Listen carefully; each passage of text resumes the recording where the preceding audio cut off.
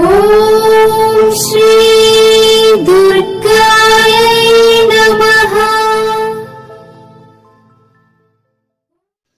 Hi friends, ఎలా ఉన్నారు friends? శ్రీకృష్ణుడు ఏలిన ద్వారకా నగర మిస్టరీ చాలా మందికి ఇప్పటికే తెలిసి ఉండొచ్చు. కానీ నా స్టైల్లో నేను చెప్తున్నాను. ద్వారకా నగరం మహాభారత కాలం నాటి ఈ అద్భుత నగరం సముద్ర గర్భంలో నేటికి మిస్టరీగానే మిగిలింది. శ్రీకృష్ణుడు రాజధానిగా చేసుకుని పాలించిన ఈ చారిత్రక నగరానికి సంబంధించిన ఆనవాళ్లు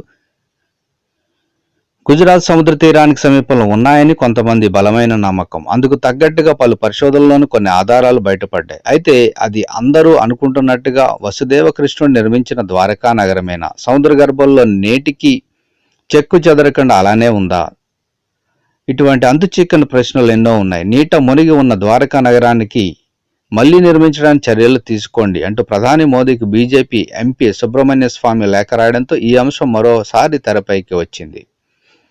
ఈ నేపథ్యంలో ద్వారకా నగరానికి సంబంధించిన వివరాలేంటో తెలుసుకుందాం. మహాభారతం, రామాయణం పుక్కటి పురాణాలను కాదని వాటికి చారిత్రక ఆధారాలు ఉన్నాయని అనేక పరిశోధనల్లో బయటపడింది. అలాంటి ఒక పరిశోధనలోనే వసుదేవ కృష్ణుడు నిర్మించిన ద్వారకా గురించి వెలుగులోకి వచ్చింది. 1983-86లో గుజరాత్ సముద్ర తీరంలో జరిగిన ఓ పరిశోధనలో ఆసక్తికర విషయం బయటపడింది. పశ్చిమ తీరంలో గోమతి నది అరేబియా సముద్రాన్ని కలిసే చోట సముద్ర గర్భంలో ఒక మహానగరానికి సంబంధించిన ఆనవాళ్లు బయటపడ్డాయి. ప్రముఖ ఆర్కియాలజిస్టు డాక్టర్ ఎస్ఆర్ రావు ఆధ్వర్యంలో జరిగిన ఈ పరిశోధన శ్రీకృష్ణుడి ఉనికిని ప్రపంచానికి చాటి చెప్పింది. ఆ మహానగరం క్రీస్తుకు పూర్వం 3150 ఏళ్ల కిందటిదని నిర్ధారించారు. అదే ద్వాపర యుగంలో కృష్ణుడు విశ్వకర్మ సాయంతో నిర్మించిన ద్వారకాగా భావించారు. గుజరాత్ నుంచి 20 కిలోమీటర్ల దూరంలో సముద్ర గర్భంలో 40 మీటర్ల లోతులో సుమారు 9 చదరపు కిలోమీటర్ల వైశాల్యంలో ఈ చారిత్రక నగరం విస్తరించి ఉన్నట్లు గుర్తించారు. క్రమబద్ధమైన నిర్మాణాలకు సంబంధించిన రాతి కట్టడాల ఫోటోలను బాహ్య ప్రపంచానికి విడుదల చేశారు. మరి చరిత్ర ఏం చెబుతుంది? శ్రీకృష్ణుడు మధురలో కంసురుని సంహరించాడు. దీంతో మగధరాజు జరాసంధుడు కాలయవని సాయంతో మధురపై అనేక సార్లు దాడికి దిగాడు. అప్పుడు శ్రీకృష్ణుడు తనతో ఉన్న యాదవులను తీసుకుని గుజరాత్లోని సౌరాష్ట్ర తీర ప్రాంతానికి వెళ్తాడు. యుద్ధాల వల్ల జరిగే అనర్థాల నుంచి యాదవులను రక్షించడానికి శ్రీకృష్ణుడు ద్వారకా నగర నిర్మాణం చేసి ప్రజలను అక్కడికి తరలించి సురక్షితంగా పాలించాడని పురాణ కథలు వివరిస్తున్నాయి. గోమతి నది తీరంలో ప్రణాళికబద్ధంగా నిర్మించిన నగరం ద్వారకా నిర్మాణ సౌలభ్యం కోసం దీన్ని 6 విభాగాలుగా విభజించారు. నివాస ప్రదేశాలు, వ్యాపార ప్రదేశాలు, వెడల్పైన రాజమార్గాలు, వాణిజ్య కూడళ్లు, సంతలు, రాజభవనాలు, అనేక ప్రజోపయోగ ప్రదేశాలతో ద్వారకా నిర్మితమైంది. రాజ్య సభా మంటపం పేరు సుధర్మ సభ. ఇక్కడ రాజు ప్రజలతో సమావేశం జరిపేవారు. సుందర సముద్ర తీరాలతో ద్వారకా నగరం అద్భుతంగా ఉండేదని ప్రతీతి. ఇక మహాభారతం, హరివంశ పురాణం, వాయు పురాణం, భాగవతం, స్కంద పురాణంలో ద్వారకా క్షేత్రానికి సంబంధించిన ప్రస్తావన ఉంది. ఈ ప్రదేశం అనర్థ సామ్రాజ్యంలో ఒక భాగం. శ్రీకృష్ణుడు తదనంతర రాజులు ద్వారకా నగరాన్ని కేంద్రంగా చేసుకుని సామ్రాజ్యాన్ని పాలించారు. అంధకులు, వృష్టులు, భోజులు ఈ రాజ్య సమాహారంలోని అంతర్భాగాలు. ద్వారకాను పాలించిన యాదవులను దశరాస్ అంటారు. వాసుదేవ కృష్ణుడు, బలరాముడు, సాత్యకి, కృతవర్మ, ఉద్ధవుడు, అక్రూరుడు, ఉగ్రసేనుడు ద్వారకలో నివసించిన యాదవ ప్రముఖులు ముఖ్యులు.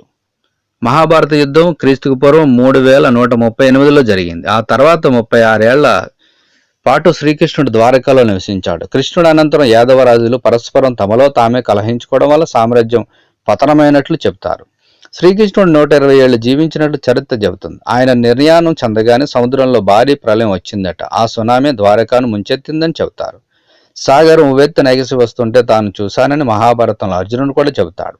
ద్వారకాపురి క్రీస్తుకు పూర్వం 1443లో సాగర గర్భంలో మునిగిపోయినట్లు చెబుతారు. తీరం వెంట దీని ఆనవాళ్లు లభించాయి. ప్రస్తుతం గుజరాత్లోని జామ్నగర్ సముద్ర తీరంలో ద్వారకాకు సంబంధించిన ఆనవాళ్లు ఉన్నాయి. ఇక్కడ ఉన్న ద్వారకాధీశుడి ఆలయం కూడా చాలా ప్రసిద్ధి. దీన్ని శ్రీకృష్ణుని మనవడు వజ్రనాభుడు నిర్మించాడని ప్రతీతి. ద్వారక పదానికి అర్థం ఏంటి?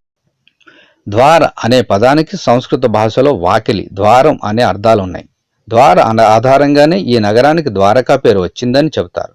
అనేక ద్వారాలు ఉన్న నగరం కాబట్టి ద్వారక అయ్యింది. హిందువులు అతి పవిత్రంగా భావించే చార్ధామ్ 4 ధామాలలో ద్వారకాపురి ఒకటి. ఆ మిగిలిన 3 పవిత్ర నగరాలు బద్రీనాథ్, పూరి, రామేశ్వరం. ద్వారకాధీశుడి ఆలయాన్ని జగత్ మందిరం అని పిలుస్తారు. ఈ ఆలయ ప్రధాన దైవం శ్రీకృష్ణుడు. జ్యోతిర్లింగాల్లో ఒకటైన నాగేశ్వర లింగం ద్వారకాపురి సమీపంలోనే ఉంది. ద్వారకాలో శంకరాచార్యుడు ద్వారకా పీఠాన్ని స్థాపించారు. సో ఫ్రెండ్స్, మరి శ్రీకృష్ణుడు వెళ్ళిన ద్వారక మిస్టరీ క్లుప్తంగా ఇది. ఇంకా చాలా ఉంటుంది, కానీ క్లుప్తంగా మీకు చెప్పాను. సో ఎప్పటికైనా సరే ఇది సముద్రంలో కలిసిపోయిందని చెప్పి చారిత్రక నిపుణులు అంటున్నారు. మరి అది ఎంతవరకు నిజం అనేది మనం నమ్మాలి లేదా నమ్మకం మీద ఆధారపడి ఉంటుంది. సో ఫ్రెండ్స్, ఈ వీడియోని లైక్ చేయండి, షేర్ చేయండి, అలాగే కమెంట్ చేయండి. తప్పకుండా నా ఛానల్ని సబ్స్క్రైబ్ చేయండి. సబ్స్క్రైబ్ చేసుకున్నారు బెల్ ఐకాన్ క్లిక్ చేయండి. Thank you for watching friends.